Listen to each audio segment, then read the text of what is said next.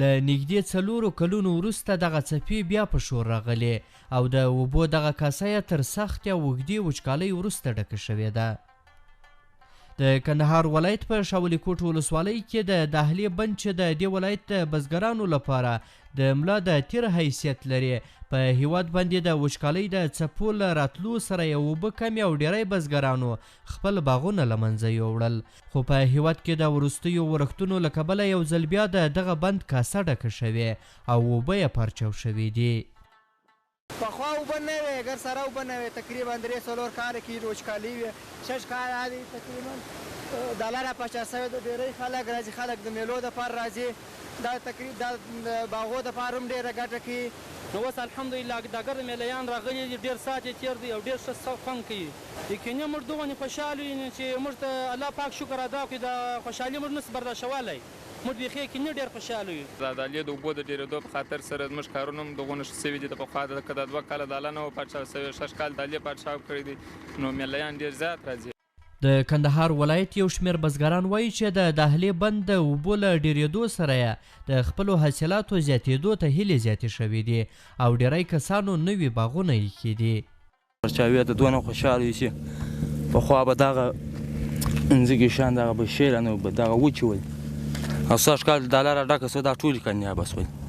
دغه بزګران زیاتوي چې تیر کال د سختې وچکالۍ له کبله بزګرانو د انارو د باغونو په ګډون خپلې ډیری کرنیزې ځمکې ویجاړې کړې او ډیر تاوانونه یې وکړل. 60 کال یو په کمپنۍ کې 40,000 نیالګي کښېښول شوه، 40,000 نیالګي. پخوا به خلکو غټ باغونه ریبل د ریښو به کښل، اوس د هغو پر ځای په زراعو نیالګي خلکو کښېنول، ولې ډکې شوې، ورو ډک شو، هر ځای چې ګداران دا ډک شو، ولې پر باغو ور واوښتې. خلک ډېر خوشحاله دي، کارونه وکړو په ولو کې، د کلو د 100 کلو د 100 کلو زړې ولې کار کې اوبه اوس کې روانې دي ځي. د کندهار ولایت شاولي کوټ ولسوالۍ د دهلې د دغه بند له پرشاوېدو سره نه یوازې چې د بزګرانو هیلې زیاتې شوې دي، بلکې هره ورځ دلته سلګونه ځوانان د چکر لپاره هم راځي. د دوی تر ټولو عمده غوښتنه دغه ده چې د دغه بند شاوخوا دې پارکونه جوړ شي او دغه راز له ولسوالۍ څخه تر دغه بند پورې غځېدلی سړک دې په اساسي ډول سره ورغول شي، تر څو د بهرنیو او دغه راز له ګاونډیو یا هم د افغانستان له نورو سیمو څخه د راتلونکو کسانو لپاره سهولیت برابر شي. د پخوا په پرتله انشاءالله 6 کال اوبه ډېر بارانونه هم وسول او ښې اوبه راغلي دي. پخوا چې موږ به دلته راللو مطلب چې اوبه نه وي ځای هلته د چا ساعت نه چېرېږي، شینګیا نه وي. نو اوس شکر دی الحمدلله 6 کال ښه بارانونه وسوله او ښه اوبه هم راغلې.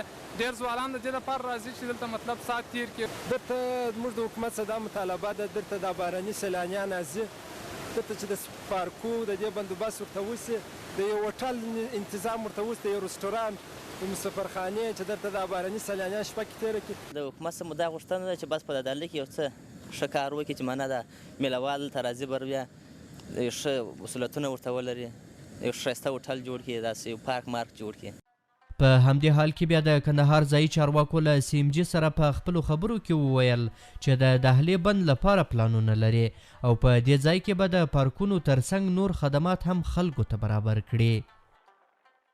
دهلې بند چې د ابیاري ریاست همدارس دولت د خپلې ښاروالۍ له اړخه مسؤله ده، نو د هغوی ته د ولایتي ادارې د طرفه څخه پلان ورکول شوی دی انشاءالله چې څه کارونه هلته اوس هم روان دي او انشاءالله بعد کې به هم د ډېرو پرمختګونو شاهدي واوسو. د یادونې وړ ده چې د دهلې له بند څخه 55 ویالې بیلې شوې دي چې پر مټ یې د کندهار ولایت په 2 ولسوالیو کې 80,000 هکتاره ځمکه خړوبېږي. احسان الله کریمي، CMG، د کندهار ولایت د شاولي کوټ ولسوالۍ د دهلې بند.